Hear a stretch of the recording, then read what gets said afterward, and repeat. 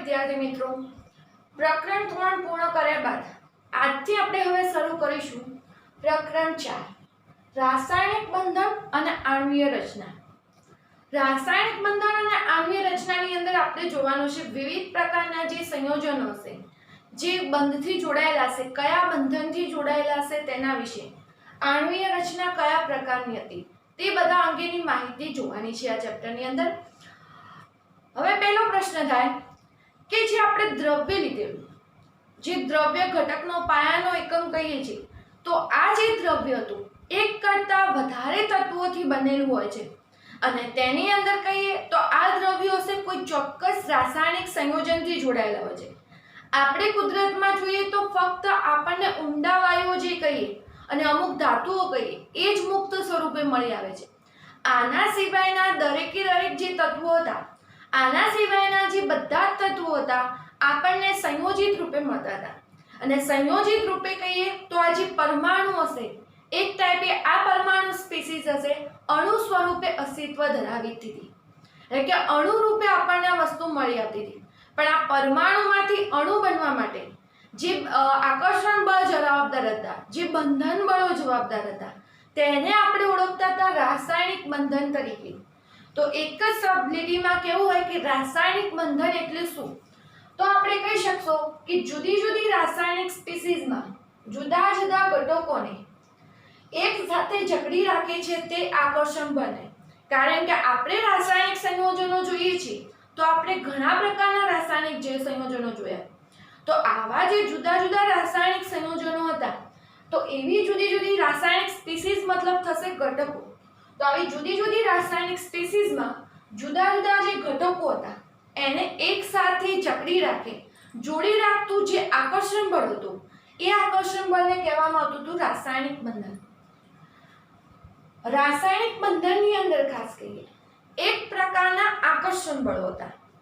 દાખલા તરીકે આપણે જે અલગ અલગ તમે ધોરણ 9 10 માં ભણેલા આકર્ષણ બળોથી પરિચિત છો કે દાખલા તરીકે સહસંયોજક બંધ હોય તો એમાં ઇલેક્ટ્રોનની ભાગીદારી થશે અને એક આકર્ષણ બળથી જોડાયેલા હશે। આયનીય બંધ હશે તો ધન આયન અને ઋણ આયન વચ્ચે આકર્ષણ હશે અને જોડાયેલા હશે। તો જે આ રાસાયણિક બંધનની જે સમજૂતી છે તેના વિશે આ ચેપ્ટરમાં ચર્ચા કરવાની છે। કયા કયા પ્રકારના રાસાયણિક બંધો હતા અને કઈ રીતે અલગ અલગ બંધોની અંદર સંશોધન થયું એના વિશેના જે સિદ્ધાંતો છે તેની વિશે। કારણ કે વૈજ્ઞાનિકો માટે આ જે સંયોજનો વિશે સમજવા જતા હતા તો ત્યારથી એમના માટે મનમાં પ્રશ્નો હતા કે પરમાણુ તો શેનો બનેલો છે, પરમાણુ શેનો બનેલો છે, પરમાણુની મદદથી અણુનું નિર્માણ કઈ રીતે થાય છે, અણુના નિર્માણમાં જુદા જુદા પરમાણુ કયા બળથી જોડાયેલા રહેતા હશે, શા માટે કોઈ ચોક્કસ પરમાણુ જ કોઈ ચોક્કસ પરમાણુ સાથે જોડાતું હોય છે। આપણે દરેકના આણ્વિક સૂત્ર લખીએ છીએ તો દરેકની એક ચોક્કસ ફોર્મ્યુલા હોય છે। આપણે હાલ જાણીએ છીએ કે સંયોજકતાના નિયમો અને બધાનું પાલન થતું હોય છે, પરંતુ એ સમયમાં જ્યારે આ વસ્તુઓનો ખ્યાલ નહોતો ત્યારે આ વસ્તુ કઈ રીતે એનો ખ્યાલ લાવવામાં આવ્યો અને લોકોને સમજાવવામાં આવ્યું, તો એના માટે શા માટે કોઈ નિશ્ચિત જ સંયોજન જોડાશે, ચોક્કસ પ્રમાણથી જોડાતા હતા, એ બધાના પ્રશ્નોના જવાબ આ ચેપ્ટરની અંદર જે શરૂઆતમાં રાસાયણિક બંધન સમજાવવા માટે કોસેલ લુઈસ અભિગમ આવેલો, લુઈસની સંજ્ઞાઓનો ઉપયોગ કરેલો, પછી એક VSEPR સિદ્ધાંત આવતો હતો, આણ્વીય રચના કઈ રીતે થતી હતી એના માટેના આણ્વીય કક્ષક ચિતાર હશે, સહસંયોજક બંધનવાદ અમલમાં આવ્યો, આયનીય બંધ કઈ રીતે બનતા હતા એના માટેના નિર્માણના મુદ્દા, તો એ બધાની ચર્ચા આપણે આની અંદર કરવાની રહેશે। સૌપ્રથમ જોઈએ કે કોસેલ લુઈસ અભિગમ। કારણ કે રાસાયણિક બંધન વિશે શરૂઆતમાં સૌથી પહેલા સમજાવવા માટે જો પ્રયત્ન કર્યો હોય તો કોસેલ લુઈસ અભિગમની મદદથી, અને એમાં પણ ખાસ ઇલેક્ટ્રોન રચનાને ધ્યાનમાં રાખી અત્યાર સુધી પ્રયત્નો થયા હશે પણ એમાં ઇલેક્ટ્રોન રચનાને ખાસ ધ્યાનમાં નહોતું લીધું।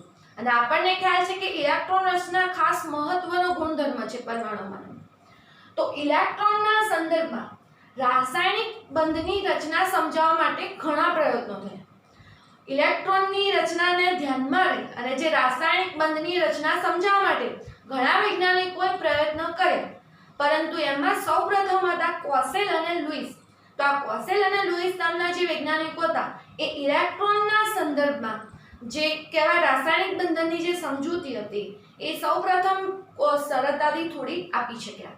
તો પહેલું તો એની અંદર કોસેલ લુઈસ અભિગમની અંદર ઇલેક્ટ્રોનના સંદર્ભમાં રાસાયણિક બંધની રચના સમજાવવા માટેના ઘણા પ્રયત્નો થયા હતા, પરંતુ એમાં સૌપ્રથમ કોસેલ અને સૌપ્રથમ હતા જેમણે સંયોજકતા વિશે ઇલેક્ટ્રોનના સંદર્ભમાં સંયોજકતા લીધી, સંયોજકતા વિશે તર્કબદ્ધ સમજૂતી આપી હતી. અને જેમણે સંયોજકતાના સંદર્ભમાં તર્કબદ્ધ સમજૂતી આપી હતી તે ઉમદા વાયુઓની નિષ્ક્રિયતા પર આધારિત હતી. એટલે કે જે આપણે હાલ જાણીએ છીએ કે દરેક તત્વ ઉમદા વાયુ જેવી ઇલેક્ટ્રોન રચના પ્રાપ્ત કરવાનો પ્રયત્ન કરતો હોય છે, તો આ જે સમજૂતી હતી ઉમદા વાયુઓની ઇલેક્ટ્રોન રચના પર આધારિત હતી. કોસેલ લુઈસે જે આપણને રાસાયણિક બંધની સમજૂતી માટેનો જે અભિગમ આપેલો એની અંદર એને લુઈસે પરમાણુને એક ધન ભાર ધરાવતા કર્નેલ તરીકે ગણ્યો. હવે અહીંયા ખાસ શબ્દ સમજવા જેવાનો પરમાણુ કર્નેલ શબ્દ આપ્યો હતો. એટલે લુઈસે જે પરમાણુ હતો આ પરમાણુને ધન ભાર ધરાવતા કર્નેલ તરીકે ગણ્યો. અને અહીંયા આપણે ખાસ જોઈએ કે પરમાણુ કર્નેલ જે કહેતા હતા તો એની અંદર કેન્દ્રનો ધન વીજભારનો ભાગ હશે વત્તા અંદરની કક્ષાના જે ઇલેક્ટ્રોન હશે એનો સમાવેશ થતો. દાખલા તરીકે આપણે સોડિયમનું ઉદાહરણ લઈએ તો સોડિયમનો આપણે પરમાણુ ક્રમાંક 11 કહીએ છીએ. ઇલેક્ટ્રોન રચના 281 281 આપણે કહેતા હતા. આપણે આ પેલા શબ્દો પ્રમાણે કહીએ તો 1s2 2s2 2p6 અને 3s1. પણ આ જે હતી નિયોન જેવી ઇલેક્ટ્રોન રચના, નિયોન જેવી ઇલેક્ટ્રોન રચના એટલે અંદરની કક્ષાની ઇલેક્ટ્રોન રચના થશે. બાહ્યતમ કક્ષાની ઇલેક્ટ્રોન રચના કઈ થતી હતી? ફક્ત આ જે 3s1 વાળી હતી તે જ. એટલે બાહ્યતમ કક્ષાનો ઇલેક્ટ્રોન કેટલો ગણાશે? 1. તો હવે એની અંદર જે ધન વીજભાર ધરાવતો પરમાણુ કર્નેલ કીધું, તો આ ધન વીજભાર ધરાવતા પરમાણુ કર્નેલની અંદર કેન્દ્રનો ધન વીજભાર, કેન્દ્રનો ધન વીજભાર એટલે પરમાણુ ક્રમાંક 11. તો એની અંદર પ્રોટોન કેટલા આવતા હશે? 11 આવતા હશે. તો આ 11 પ્રોટોન અને આ જે 10 ઇલેક્ટ્રોન હતા, તો આ 11 પ્રોટોન અને જે 10 ઇલેક્ટ્રોન અંદરની કક્ષાના હતા એને સંયુક્ત રીતે શેના તરીકે ઓળખવામાં આવતું? પરમાણુ કર્નેલ તરીકે. એટલે આ જે લુઈસે કોસેલ લુઈસનો જે અભિગમ હતો એમાં લુઈસે પરમાણુને એક ધન ભાર ધરાવતા કર્નેલ તરીકે ગણ્યો અને જણાવ્યું કે એટલે પહેલા તો કર્નેલનો અર્થ ખબર પડી જવી જોઈએ. કેન્દ્રનો ધન વીજભાર અને અંદરની કક્ષાના ઇલેક્ટ્રોન. અને જણાવ્યું કે બાહ્ય કોષમાં વધુમાં વધુ 8 ઇલેક્ટ્રોન સમાવી શકાય. એટલે જે આ બાહ્યતમ કક્ષા જે આવતી હશે એમાં વધુમાં વધુ 8 ઇલેક્ટ્રોન સમાવી શકાય, જે આપણે અત્યારે અષ્ટકના નિયમ તરીકે એને ઓળખીએ છીએ. પણ એમ કે બાહ્યતમ કક્ષામાં 8 ઇલેક્ટ્રોન સમાવી શકાશે. અને આ 8 ઇલેક્ટ્રોન કઈ જગ્યાએ ગોઠવાશે? તો આ 8 ઇલેક્ટ્રોનની જે ગોઠવણી હતી આ 8 ઇલેક્ટ્રોનની ગોઠવણી સમઘનના જે 8 ખૂણા હોય છે આ સમઘનના 8 ખૂણા ઉપર આ 8 ઇલેક્ટ્રોન એક ઇલેક્ટ્રોન ગોઠવાયેલા છે. સમઘનની વાત કરીએ તો આ તો એક લંબઘન છે, પણ 8 ખૂણા સમઘનમાં કઈ રીતે? આપણે ચોરસ બોક્સનું ઉદાહરણ લઈએ તો 1 2 3 4 આ ઉપરના 4 ખૂણા, 5 6 7 8 એટલે નીચેના 4 ખૂણા. કોઈ બી આપણે ચોરસ સાપ સીડીનો પાસો કેવો સમઘન ક્યુબ લઈ લઈએ તો એમાં આપણે જોઈ શકીએ 8 ખૂણા હોય છે. તો અહીંયા ખાસ લુઈસે વાત કરી કે જે બાહ્ય કોષમાં વધુમાં વધુ કેટલા ઇલેક્ટ્રોન સમાવી શકાતા હતા? 8 ઇલેક્ટ્રોન.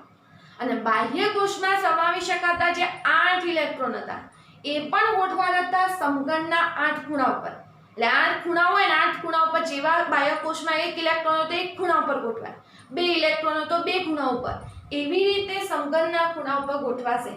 અને એ જ રીતે જો આપણે સોડિયમ પરમાણુમાં કહેવા જઈએ તો સોડિયમ પરમાણુમાં બાહ્ય કોષમાં આવેલો 1 ઇલેક્ટ્રોન હશે તો 1 ઇલેક્ટ્રોન હશે સમઘનના 1 ખૂણા ઉપર ગોઠવાતો હશે. તો સોડિયમનો બાહ્ય કક્ષાનો 1 ઇલેક્ટ્રોન હોય એ સમઘનના 1 ખૂણા ઉપર ગોઠવણી કરશે.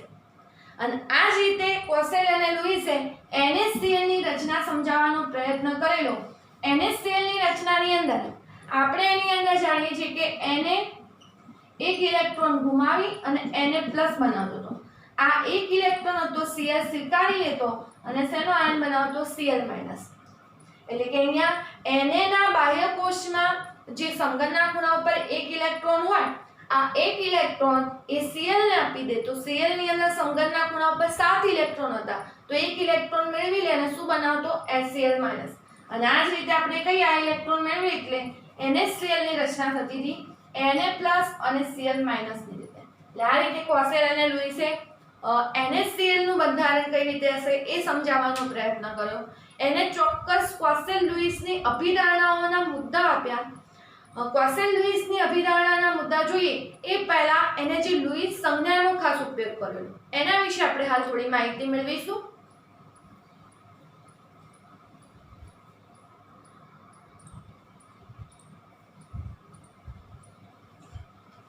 લુઈસે એ સમયમાં એટલું તો જણાવી દીધું કે પરમાણુ જ્યારે સ્થાયી રચના પ્રાપ્ત કરે છે, પરમાણુ જ્યારે રાસાયણિક બંધથી જોડાશે ત્યારે સ્થાયી રચના પ્રાપ્ત કરશે. પણ આ સ્થાયી રચના પ્રાપ્ત કરશે એટલે અષ્ટક એનું પૂર્ણ થયેલું હશે. અહીંયા આપણે સોડિયમ ક્લોરાઇડનું ઉદાહરણ લીધું તો સોડિયમમાં પણ અષ્ટક પૂર્ણ થઈ ગયું, 8 ઇલેક્ટ્રોન છેલ્લા, અને Cl માં પણ અષ્ટક પૂર્ણ થતું હોય. એવી રીતે જ્યારે સહસંયોજક બંધ ક્લોરીનમાં કે એમાં બનતા હતા તો એમાં પણ અષ્ટકના નિયમને ખાસ ધ્યાનમાં લેવામાં આવતું હતું. દાખલા તરીકે આપણે ક્લોરીનમાં જાણીએ છીએ કે ક્લોરીન Cl2 નો અણુ હશે તો ક્લોરીનની બાહ્યતમ કક્ષામાં આપણે આ રીતે 7 ઇલેક્ટ્રોન બતાવતા, અને આ જ રીતે બીજા ક્લોરીનનો પરમાણુ હોય એમાં પણ 7 ઇલેક્ટ્રોન હોય. ક્લોરીનને 1 ઇલેક્ટ્રોનની જરૂર હોય તો ક્લોરીન 1 ઇલેક્ટ્રોન આના જોડેથી મેળવશે અને ભાગીદારી કરતો હતો.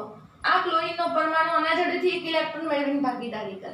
પણ આ રીતે રાસાયણિક બંધ અહીંયા જે બનો તો રાસાયણિક બંધનું નિર્માણ થતું હતું તો સ્થાયી અષ્ટક રચના ખાસ પૂર્ણ થતી હતી.